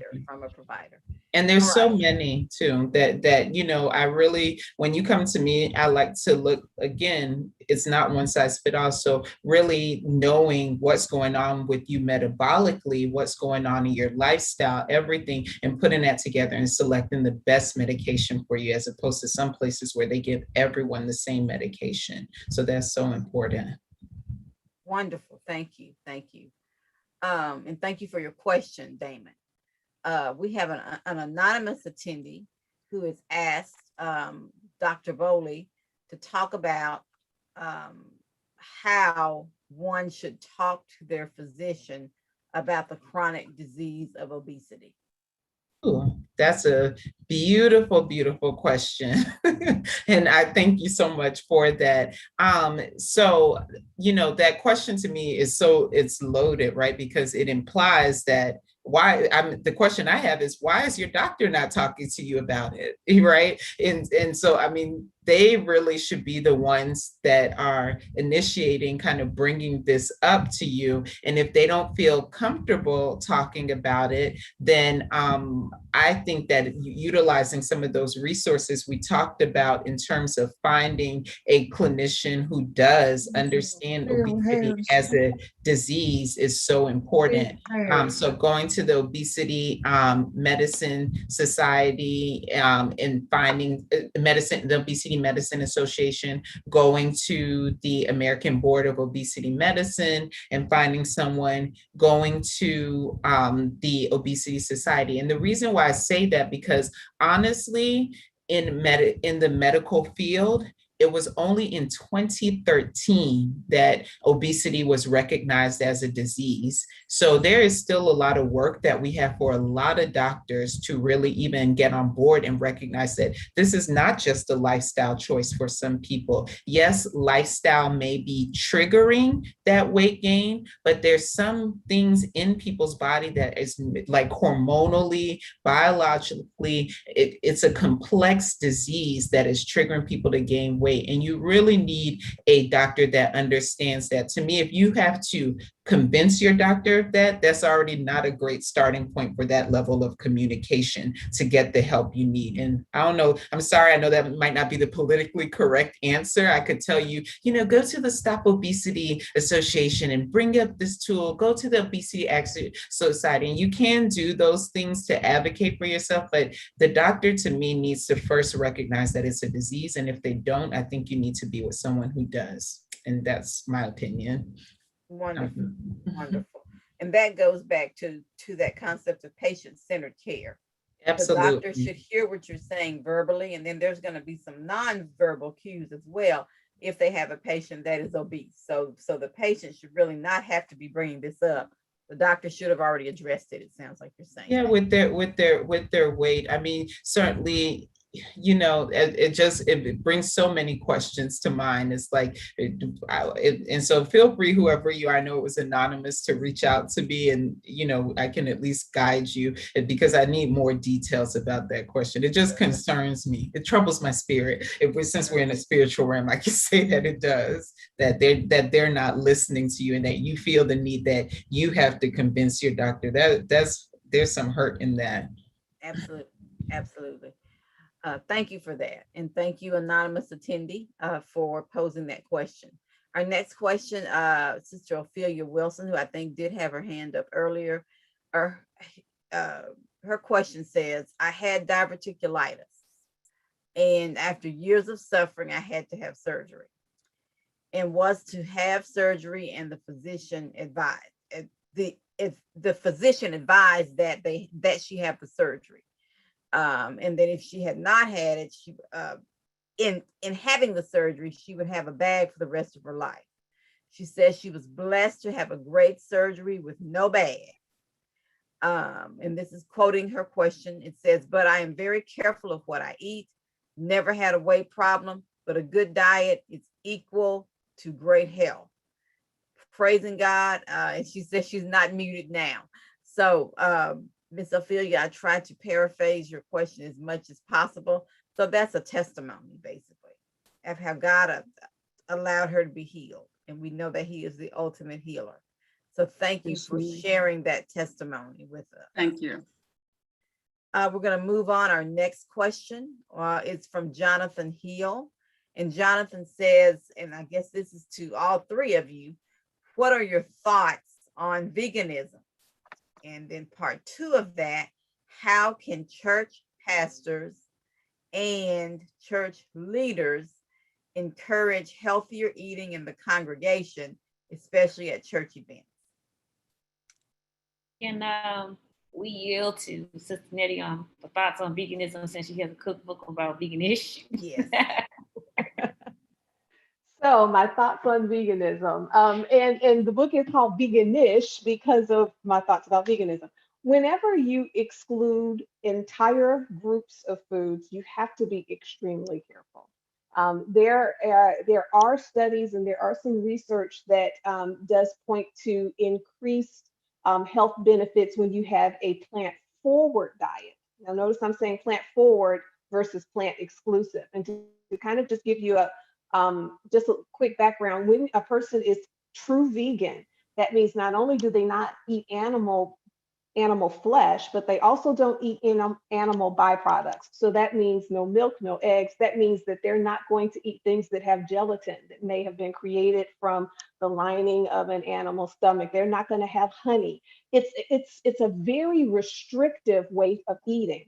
And if we go back to what Sister Ellen kind of brought up earlier, and when you go and you do something that is very extreme and that is difficult to be sustained, that can sometimes set you up to start some kind of ups and downs that are not necessarily going to be healthy. Additionally, if you are vegan, you also have to make sure that you're getting adequate protein. It can be done from a plant-based diet, but you have to put a lot of attention into it. You have to make sure you're getting your B vitamins. You have to make sure that you're getting omega fatty acids that a lot of times you might get from, maybe eggs that have that added in, or from fish products. So veganism does not necessarily mean more healthy. I just want to say that.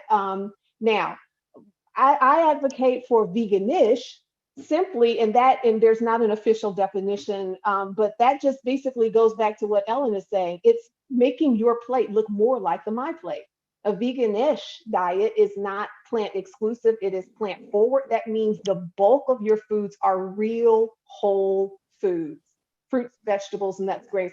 So it's just basically another way that puts this kind of, very popular saying on getting us closer to eating, closer to My Plate, and closer to a way that's going to edify our body. So that's kind of the thought process that I think on vegan eating. And if any of you all, the other panelists, want to chime in as well, I'd love to hear your thoughts. Regarding how do we help promote more healthier eating in our congregations, I think one of the best ways that we can do, and I said this earlier, it comes back to exposure.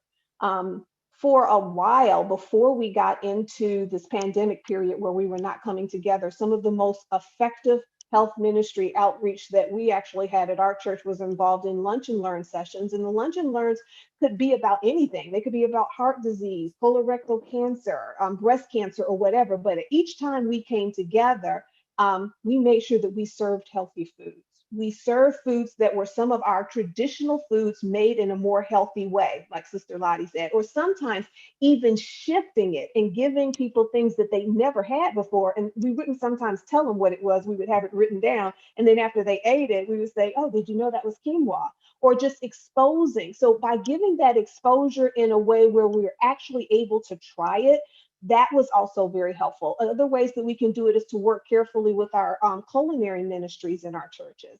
And actually kind of have some conversations about what are we serving? What's going to be on the VBS menu? What are we going to be giving the babies? Making sure that we've done some kind of assessment of our congregation. And if more than half, 2/3 of your congregation has diabetes or has hypertension, how are the foods that we're serving reflecting that? So that we're giving good, tasty options that can support that as well.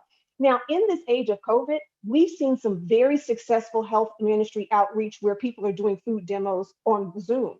Like actually, we have a registered dietitian by the name of Bianca Plant at New Hope Baptist Church that is doing a phenomenal job. If y'all ever want to go and pop in on some of hers, and wherever topic that they're talking about, she ends it with a food demonstration where she's showing, and we have seen individuals say, you know what, 4 or 5 weeks later, I tried that recipe that you put out, and we're seeing these small changes happening. So I think those are some of the ways that we can kind of make some of the shift is through exposure. And one thing that I would like to say that is a challenge is to kind of pull back on some of the joking that we do about things like gluttony. Like I believe if we start to call stuff a little bit more what it is according to the Bible, and not again in a calling out way, but to shift some of the language that we have, I think that that's another way that we can help it as well. So those are some of my thoughts, and the other panelists would like to add in as well. I think those are such great points, Sister Nettie, and I love your books. I can't wait to check that out. I love a good cookbook. And I too, I think number one, if you are diets fail, right? Diets, it has the word die in it, DIE, diet. So it's meant to die. So if you approach veganism as a diet to lose weight, it's not going to last for a long time. And let us not forget that technically French fries and a Coke are vegan, right? So it doesn't imply health intrinsically to it. So I think it gets back to the point of your motivation for why you're doing what you're doing and what is your mindset around it. And if you're trying to create a healthier lifestyle. And so when it comes to the disease processes of obesity, it can be helpful for weight loss if you're doing, like she mentioned, a very plant-forward, a plant-centered approach. But at the same time, for a lot of people, what it ends up being is very rich in carbohydrates, which can be very inflammatory for people and can be associated with additional weight gain. So I think you have to be careful with why you're doing it and what is around it. And I think that, and also to answer your question about what do we do in the body of Christ or in the church regarding trying to transform our eating ministries and how we approach food, I think we've talked a lot about renewing your mind. I think we have to get away from feeling deprived if we don't have certain types of food. It's almost like, oh, if we don't have the red punch, if we don't have the mac and cheese, like we're not really celebrating or it's not as good. And so shifting that mindset to real and reframing what good is, what nutrition looks like, and not shaming some of these healthier foods too, is so important as we kind of re-change our identity and we change the conversations that we have in the body of Christ and what is helpful. Again, looking at what is helpful for us, right? Everything is permissible, but not everything is beneficial. So are the foods we having beneficial for our body? Are they helping us? So that's what we need to be asking. And we can still make them delicious. I'm sure Sister Nay, I can't wait to check this out. So I do like these 15-minute plant-based meals on my Instagram page too. So like make it delicious. It does not have to be disgusting. And I think that's one of these myths that we have about more helpful or helpful food is that it's not tasty, but we can definitely make it delicious. Can I just add something to what Dr. Boyd just said? That is so right. Y'all, what God made is good. You don't believe me? Look in the Bible. He tells us that what God made is good. When we eat foods closer to the way God made them for us, they can be so delicious. But what has happened is because of the society that we live in and so much that is processed foods are typically highly loaded with extra salt, sugars, and fats. They add those things in combination to actually drive what they call a bliss point. They're actually deliberately organized. Companies, food manufacturers have food engineers that are trying to drive cravings. There's an excellent book out by Michael Moss called Salt, Sugar, Fat that speaks to that. And so there's more going on the surface that is actually training our taste buds. What we feed grows for us to not necessarily crave what God made. As you begin to make these gradual lifestyle changes and do what Sister Ellen said, by getting back to eating foods closer to the way God made them, God is so good to us. He honors that. And as the more we eat healthy, natural foods, the more our taste buds will actually acclimate to them. If you've ever noticed that you start to reduce the amount of sodium and then all of a sudden you go someplace and eat something that has normal sodium, it's a shock to you because God made our bodies to adapt. And just as they can adapt to things that are overloaded with sugar, salt, fat, highly processed, you can also adapt your taste buds through repeated exposure to enjoy the beautiful, beautiful taste and textures and flavors of foods that God already put in them. We ain't got to overdo what God has done. You know what I mean? And you really can get to a place where a fresh peach, when you bite into it and there's the pop of that skin and there's the tartness on the inside of the skin and the sweetness of the flesh and then the juices running. Yeah, it can get to a place where that in season is actually so much better than peach cobbler a la mode, where after 2 bites, all you're tasting is a bunch of sugar and fat. So it's a process. I'm not gonna lie, because I used to tear that stuff up. But you can learn to eat more healthier foods by just exposing yourself and actually doing it as a way of honoring God by enjoying His creations.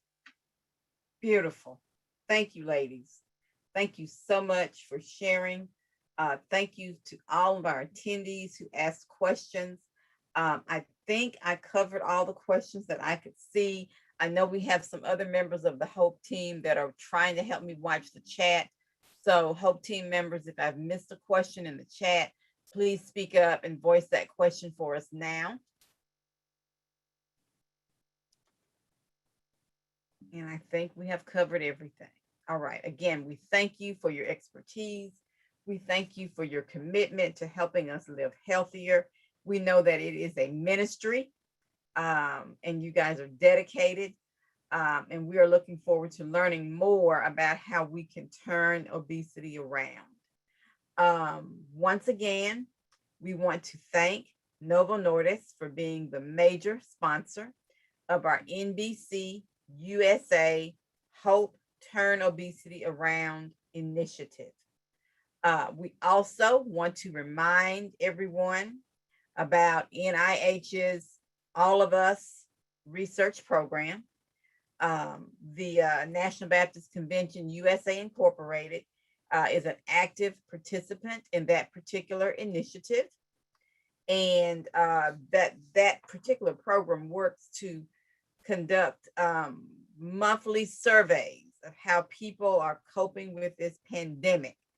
If you'd like to learn more, you can email us at info@hopenbc.com. Again, that is info@hopenbc.com. For additional resources and information about general health related issues, please go to our website, which is www.hopenbc.com. And again, I want to go back and show the NIH logo, which is behind me, from all of us. And of course, again, want to acknowledge Novo Nordisk and thank them for their generous sponsorship. We want to thank Dr. Boise Kimber, who is the board chair of the National Baptist Convention USA Incorporated, for being with us tonight and sharing his insights, and also sharing with us a little bit about Novo Nordisk. All right, upcoming events on June the 3rd at 8 p.m. Eastern Time and 7 p.m. Central Time. There will be another Turn Obesity Around webinar, but it will be for the Midwest area. And it will be a roundtable discussion, very similar to this one, on obesity in the Black community, the problem that exists and the remedies that exist, with reference to June being National Men's Health Month. On June 21st through 25th will be our virtual National Baptist Congress. Some marketing updates for our health observance calendar that we promote through our HOPE Health Ministry. The month of May is American Stroke Association American Stroke Month. And you ladies all, I think, mentioned stroke as being one of those conditions that often comes about because of obesity. June, the first Sunday in June, which is June 6th, is National Cancer Survivors Day. And as I mentioned a moment ago, June is National Men's Health Month. Our web presence and our social media, we're very thankful that it's very strong. Remember that our webpage is www.hopenbc.com. Our Facebook page, National Baptist Convention USA Incorporated HOPE Health Initiative. We do have a Twitter feed. It's at @Hope_NBCUSA. And of course, our YouTube channel is NBCUSA HOPE. For our webinar surveys, we'd like for all of our attendees to please complete the survey. The online webinar survey can be found at https:// and I hope someone from our HOPE team is typing that in the chat for me, but it's https://hopenbc.com/webinar_survey.